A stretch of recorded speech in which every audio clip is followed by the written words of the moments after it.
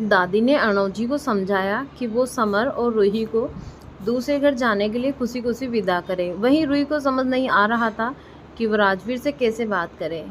वहीं रीवा अपनी वैक्सीन के बाद आराम से सो गई। इसकी मिहिर, मिसा, रेहान और मधु कॉलेज में एक साथ टूर के बारे में डिस्कस करने लगे, लेकिन इसकी ने पहले ही ट्रिप के लिए मना कर दिया और उसके पीछे पीछे एक एक करके सबने मना कर दिया। तभी मिहिर को एक आइडिया आया।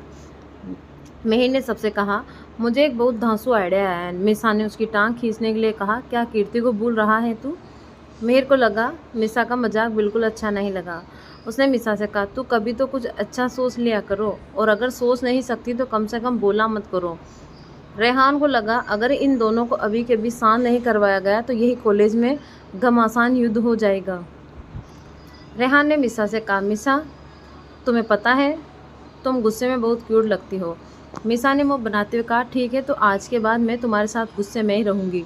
रेहान ने बात पलटते हुए कहा, मिहिर तुम तो क्या कह रहे थे? मिहिर ने जवाब दिया, बोलूँगा तब ना जब इसका रेडियो चुप होगा। मिहिर ने मिसा की तरफ इशारा करते हुए कहा। मधु को समझ नहीं आ रहा था कि अभी टॉपिक तो कुछ और चल रहा था और अभी ये लोग लड़कर किसी बात पे रहे हैं। मधु ने इसकी से कहा, ये दोनों घर पर भी ऐसे ही लड़ते हैं क्या? इसके ने परेशान होकर हाँ में सर हिला दिया। इसकी को अभी कुछ समझ नहीं आ रहा था कि वो क्या बात करें या किससे क्या कहें, इसीलिए वो बिल्कुल चुपचाप सब देख रही थी। मधु ने मिहिर और मिसा को देखते हुए कहा, अगर तुम दोनों को इस टॉपिक पर कुछ कहना है तो तुम दोनों ही बोल सकते हो, लेकिन अगर इसके अलावा कुछ भी बोला अभी ऑलवेड नहीं है। मिहिर और मिसा ने हाँ में कह दिया। फिर मिहिर ने सबकी तरफ देखा और फिर से कहा, तो अब मैं जो कहने वाला हूँ वो सभी ध्यान से सुने। ये तो तय हो गया है कि इसकी टूर पर नहीं चल सकती हैं, लेकिन हम सब तो साथ में जा सकते हैं ना। मिसा को फिर लगा कि वो इसकी के बिना जाने की बात कर रहा है, इसलिए उसने गुस्से में कहा, अगर इसकी नहीं जाएगी तो मैं भी नहीं जाऊंगी। रेहान ने मिसा की बात को सुनते ही कहा, अगर मिसा नहीं जाएगी तो मैं भी नहीं जाऊंगा। मिहिर उन्हें रोकने के लिए हाथों से इशारे कर रहा था, लेकिन वो दोनों अपनी ही धुन में मस्त थे। मिहिर ने बीच में कहा, अब कोई कुछ नहीं बोलेगा, थोड़ी देर के लिए फिंगर ऑन योर माउथ। सभी ने अपने अपने मुंह बंद कर मुंह पर एक उंगली रख ली, जैसे कि छोटे बच्चे स्कूल में रखते हैं। मिहिर ने बोला, कंटिन्यू किया, कहने का मतलब ये था कि हम सब साथ में फैमिली टूर पर तो जा ही सकते हैं और इसमें इसकी को भी कोई दिक्कत नहीं होगी। ये सुनते ही सबके उदास चेहरे जैसे फिर से खिल गए। उन्हें लगा जैसे एक सॉलिड आइडिया मिल गया है। मधु ने मिसा से कहा, मैं तो नहीं चलूँगी तुम्हारे भाई राजवीर के साथ कोई ट्रिप। मिसा ने मधु को धीरे बोलने का इशारा करते हुए समझाया और उससे कहा, अरे धीरे बोल यार प्लीज़। इसके ने एक्साइट होकर कहा, मिहिर तू तो जीनियस है, क्या आइडिया है। मिहिर अपने कॉलर को ऐसे उठाकर रहा था मानो उसने कोई नया इनविटेशन इवेंट कर दिया हो। मिहिर ने हंसते हुए कहा, देखा इसकी हो गई ना तुम्हारी प्रॉब्लम सोल्व। रेहान ने एक्साइटेड में पूछा, लेकिन कहाँ जाएंगे, कब जाएंगे, कितने दिन के लिए और क्या क्या करेंगे उधर? रेहान को बहुत ज़्यादा एक्साइटेड होकर उसे मिसा के साथ जाने के लिए बहुत कुछ तैयारियां भी तो करनी थी। रेहान को इतना खुश देखकर मिसा ने भी बहुत कुछ इमेज करने लग गई और उसे ऐसा लग रहा था कि मानो वो रेहान के साथ ऑलरेडी ट्रिप पर चली गई। मधु ने पूछा, मिहिर प्लान तो बहुत अच्छा है, लेकिन तेरी कीर्ति? मीर ने हंसते हुए कहा, अब इतने कुर्बानी तो मैं दे ही सकता हूँ। किसी ने सोचा नहीं था कि मिहिर कीर्ति के करीब जाने का मौका छोड़कर फैमिली के साथ वाला टूर चूज़ करेगा। इसकी ने कहा, नहीं मिहिर तुम टूर जा सकते हो क्योंकि वहाँ तुझे बहुत मौके भी मिलेंगे। मीर ने इसकी से कहा, अब तो मुझे बस डेस्टिनेशन ऑन चेक करनी है। सभी जगह अपने अपने मोबाइल पर अलग अलग जगह चेक करने लगते हैं। तभी मिसा को कुछ याद आया और उसने इसकी से कहा, भाई राजवीर भाई?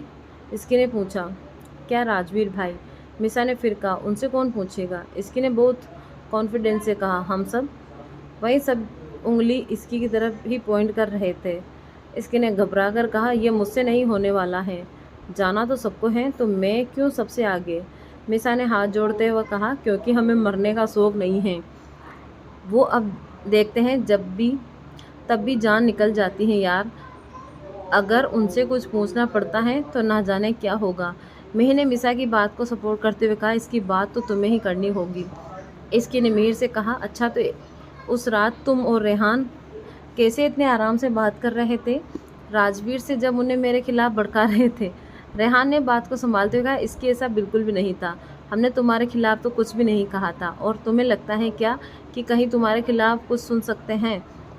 इसके ने खुद पर घमंड करते हुए कहा, अच्छा, अब जब तुम लोग इतना ही डरते हो उनसे तो मैं ही बात करूंगी, और क्या। इसकी मन ही मन बहुत ज़्यादा घबरा रही थी कि आखिर अब वो राजवीर को इस बात के लिए कैसे मनाएगी, क्योंकि राजवीर तो रीवा को कहीं भी बाहर लेकर नहीं जाते। मधु ने हंसते हुए कहा, तो ये टूर तो फिक्स हुआ ना? मेरा मतलब है कि मैं तो शॉपिंग जा सकती हूँ ना? इसके ने कहा, शॉपिंग तो जा सकती हो, अब शॉपिंग कितने काम आएगी ये तो। इसकी ने आधी बात को अपने ही मन में रख लिया था। मधु को डाउट हुआ और उसने इसकी से पूछा, तूने बाद में क्या कहा इसकी? इसकी ने कहा, कुछ नहीं मधु, मैं तो कह रही थी कि तेरा टॉपिक बहुत अच्छा लग रहा है। तभी रेहान ने कहा, आज का पूरा दिन एक क्या गार्डन में ही बैठना है, क्लासेस अटेंड नहीं करनी है क्या? ये सुनते इसकी मिसा मधु और रेहान क्लास की तरफ चले गए। वहीं मिहिर कैंटीन में कीर्ति का इंतजार करने लगा। वहीं दूसरी तरफ सिंघानिया मेंशन में रीवा आज थोड़ी देर से बहुत रो रही थी, क्योंकि उसे इंजेक्शन लगा हुआ था। अर्णव जी और कोमल जी उसे पूरे घर में घुमा रहे थे ताकि उसे ज़्यादा तकलीफ ना हो। दादी सोफे पर बैठकर टीवी देख रही थी कि उस पर कश्मीर का कोई ऐड आ रहा था। दादी ने सामने खड़े अर्णव से पूछा, ये कश्मीर तो बहुत सुंदर है ना? अर्णव जी बिजनेस के सिलसिले में कई बार वहाँ गए थे, इसलिए उन्होंने अपनी माँ को बताया। हाँ माँ, बहुत सुंदर है, और लोग तो इसे धरती का स्वर्ग भी कहते हैं। कोमल जी ने कहा, माँ ये तो कई बार गए हैं,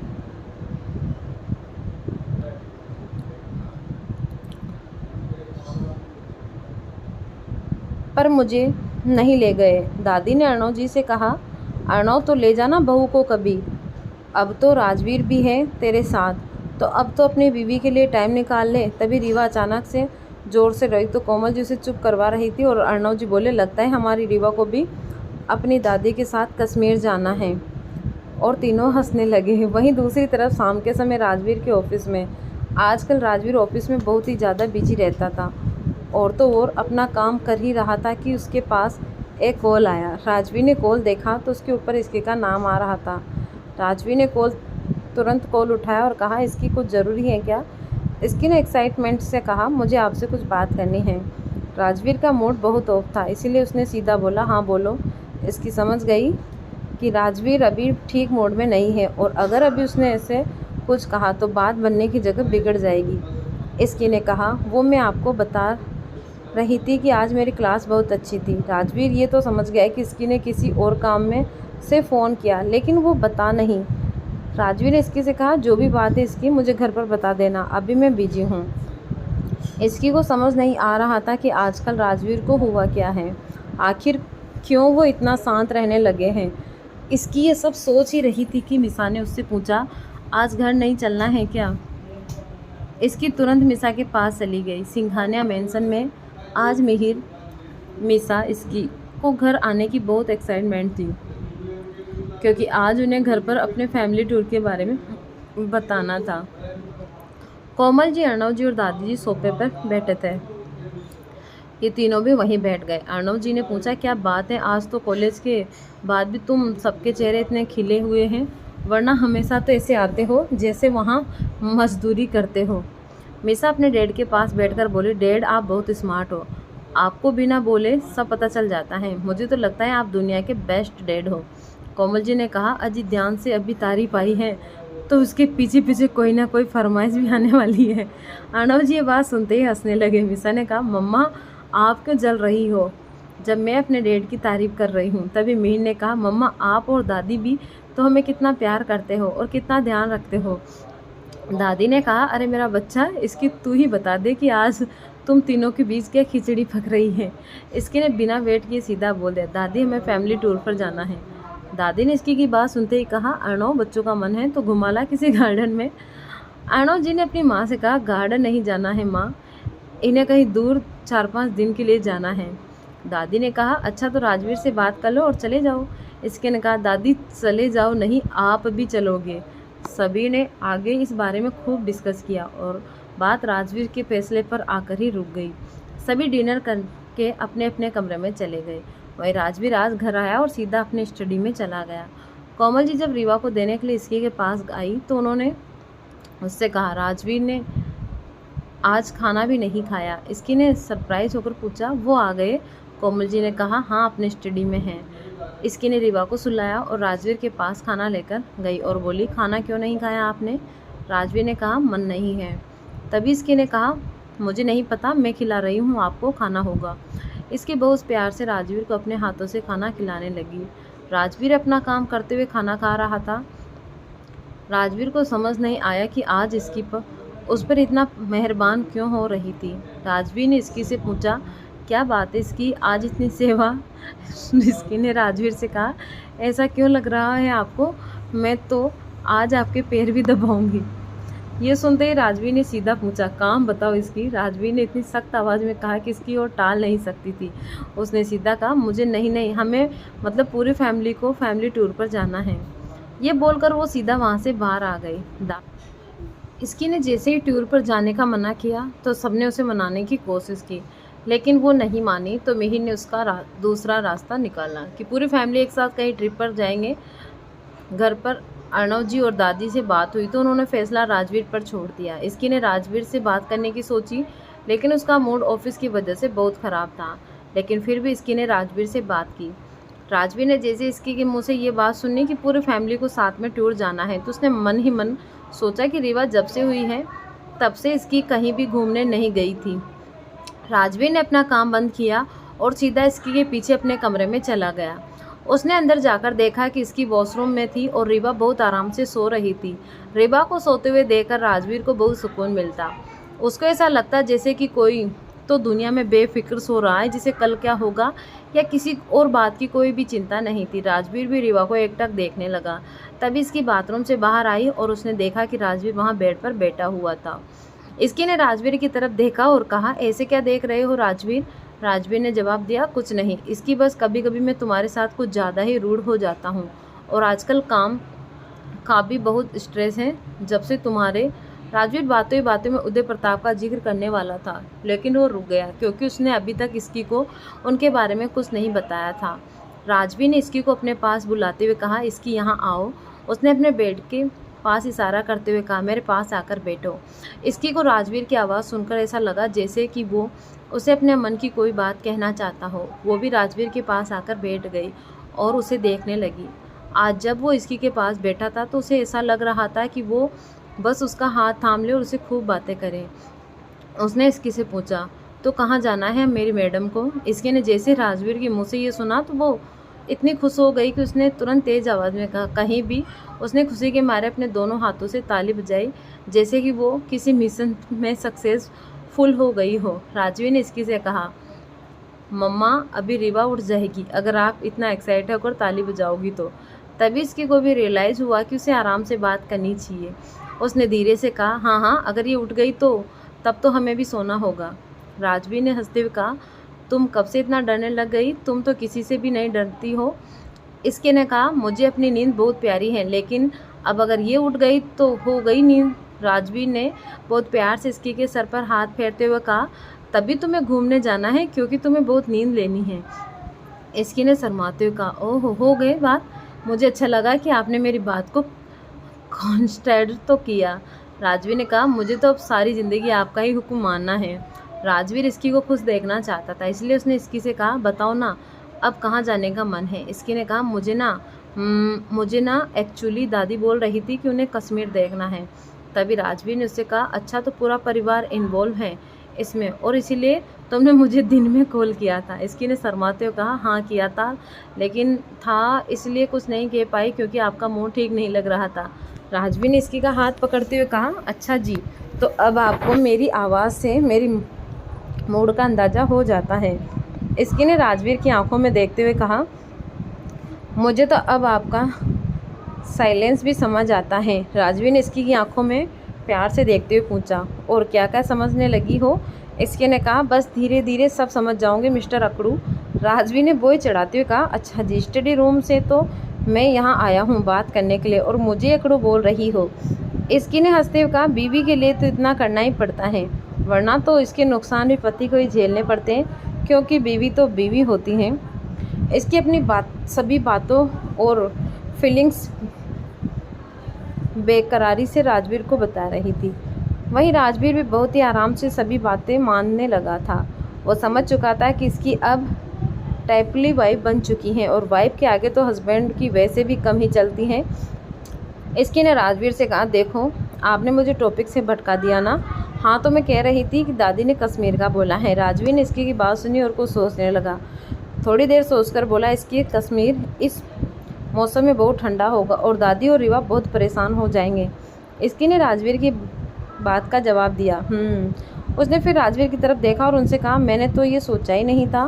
राजवीर ने इसकी के सर पर हाथ फेरते हुए कहा, आजकल तो तुम पूरा दिन हाई लेवल प्लान्स बनाती हो, इसीलिए इस तरह ध्यान नहीं दिया होगा।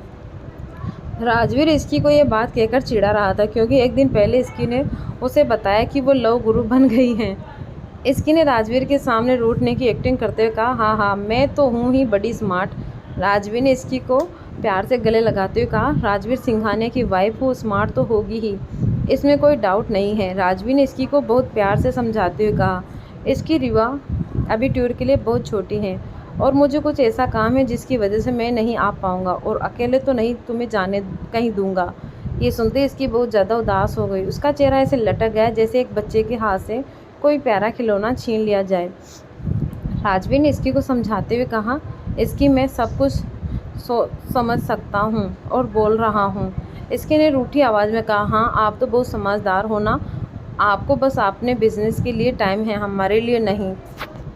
राजवीर ने इसकी से कहा, मैं ये सब तुम्हारे और रीवा के लिए ही तो कर रहा हूँ। इसकी ने राजवीर से कहा, मुझे तो घूमने जाना है, बस मुझे नहीं पता आपको पता है कॉलेज ट्रिप हो रहा है और मैं नहीं जा रही हूँ। बाकी सबने भी मना कर दिया। मैंने सोचा था कि हम सब साथ में चलेंगे तो अब आप भी मना कर रहे हो। इसकी ने एक सांस में ही अपनी पूरी बात कह दी। राजवीर समझ तो रहा था कि इसकी कहीं जाना चाहती है, लेकिन उसकी भी अपनी मजबूरियाँ थी जिसके कारण वो हाँ नहीं कर पा रहा था। उसने फिर से इसकी को समझाने की कोशिश की लेकिन इसकी अपनी ही जिद पर अड़ी रही। तभी अचानक रीवा की रोने की आवाज़ आई और राजवीर ने उसे गोद में ले लिया। रीवा का शरीर बुखार से तप रहा था। ये देखकर राजवीर बहुत घबरा गया और इसकी से कहा, इसकी रीवा को तो बहुत तेज़ बुखार है। इसकी को कोमल जी ने बताया था कि उसे एक दिन हल्का बुखार वैक्सीन की वजह से आएगा, इसलिए उसने पहले ही दवाई बेड के पास रख दी थी। इसकी ने राजवीर को इतना घबराया हुआ देखकर उससे कहा, रीवा को आज वैक्सीन लगी है इसीलिए उसे हल्का बुखार है और वैसे भी रीवा एक स्ट्रॉन्ग गर्ल है तो आप इतना डरो मत।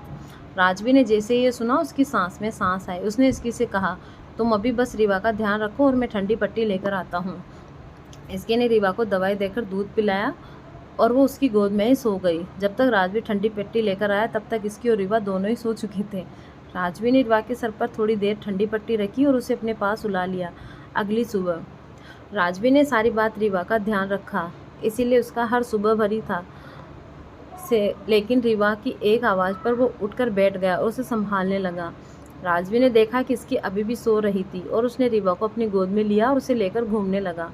थोड़ी देर बाद इसकी उठी और उसने अपने साइड में चेक किया तो उसे रीवा नहीं दिखी और वो घबराकर उठ गई। तभी पीछे से आवाज़ आई कि देखो मम्मा उठ गई। इसकी ने आंखें मसलकर देखा तो राजवीर की गोद में रीवा आराम से सो रही थी।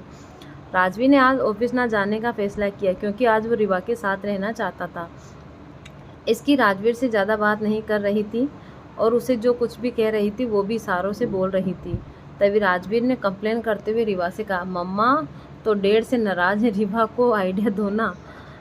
इसकी ने सब सुन रही थी लेकिन कुछ बोल नहीं रही थी। राजवीर ने कहा, अरे लगता है आज तो मम्मा बहुत नाराज़ हैं। इसकी सब सुनकर सीधा वॉशरूम में चली गई। वहीं नीचे हॉल में अर्णव जी हॉल में बैठकर न्यूज़पेपर पढ़ रहे थे। आज मिहिर ने सोचा कि उसे सबको मनाना है, इसीलिए जल्दी रेडी होकर नीचे आ गया। दादी ने जैसे ही मिहिर को टाइम से पहले नीचे देखा तो आज तो मेरा मिहिर इतनी जल्दी रेडी होकर आ गया, नहीं तो रोज़ तेरी मम्मा तुझे कितनी बार उठाती है, उसके बाद जाकर तू कहीं तैयार होता है। अर्णव जी ने कहा, माँ अच्छा है ना, कुछ तो करना शुरू किया। मिहिर ने अर्णव जी से कहा, डैड मुझे तो बस अब सब कुछ आपसे ही सीखना है, आप मुझे बताओ कि मुझे कैसे अपना रूटीन बनाना चाहिए। अर्णव जी और दादी ये सुनकर दंग रह गए। वहीं कोमल जी ने जैसे ही ये बात सुनी तो वो बोली, अब जब से ये अच्छी बात कर रहा है तब से इसे मौका दीजिए। अर्णव जी ने कहा, कोमल तुम बहुत भोली हो लेकिन मैं इसका डैड हूँ, इसके मन में क्या चल रहा है मुझे सब समझ आ रहा है। तभी मीसा भी नीचे आ गई और उसने देखा कि मिहिर सबको मनाने के लिए मक्खन लगा रहा था, इसीलिए वो भी उसका साथ देने के लिए तैयार हो गई। मीसा ने कहा, मिहिर ठीक ही तो कह रहा है डैड, हमें आपसे बहुत कुछ सीखना है। तब अब तो कोमल जी भी भाप गई कि अगर मीसा और मिहिर किसी बात पे एक दूसरे की हाँ में हाँ मिला रहे हैं तो इसके पीछे कुछ ना कुछ मकसद तो ज़रूर होगा। दादी ने मिहिर से पूछा, बोल क्या हुआ तुझे बता। मिहिर ने दादी से छोटे बच्चे की तरह कहा, दादी हमें फैमिली टूर पर जाना है। तभी अर्णव जी बोले, मुझे तो लगा ही था कि कुछ तो बात ही है। मीसा और मिहिर ने थोड़ी देर पहले एक दूसरे से बात करके ये प्लान बनाया कि वो अपने डैड को मना लेंगे, क्योंकि उन्हें अभी तक किसी की तरफ से कुछ भी जवाब नहीं मिला था, तो वो अब और रिस्क नहीं लेना चाहते थे और इसी प्लान के तहत दोनों एक दूसरे के नीचे आए। अर्णव जी ने मिहिर और मीसा से कहा, देखो अगर कहीं जाना है तो राजवीर से बात कर लो। मीसा ने अपने डैड को कन्वेंस करते हुए कहा, डैड आप प्लीज़ भाई से बात कीजिए ना। अर्णव जी समझ गए कि अब ये लोग उनसे हाँ सुने बिना जाएंगे नहीं। तब अर्णव जी ने थोड़ा सोचा और कहा, ठीक है, लेकिन मेरी भी एक शर्त है तुम दोनों से। दोनों ने बिना शर्त सुने ही हाँ कर दिया। तभी अर्णव जी ने कहा, पहले मेरी शर्त सुन तो लो, उसके बाद हाँ के ना। दादी ने कहा, अरे अर्णव तू भी क्या बच्चों को तंग कर रहा है। तभी अर्णव जी ने अपनी शर्त सुनाई और सब हैरान रह गए। To be continue. आखिरकार किस मजबूरी के कारण ट्रिप के लिए मना कर रहा था अर्णव जी ने। आखिर ऐसी कौन सी शर्त रखी होगी, जानेंगे हम अगले भाग में। धन्यवाद।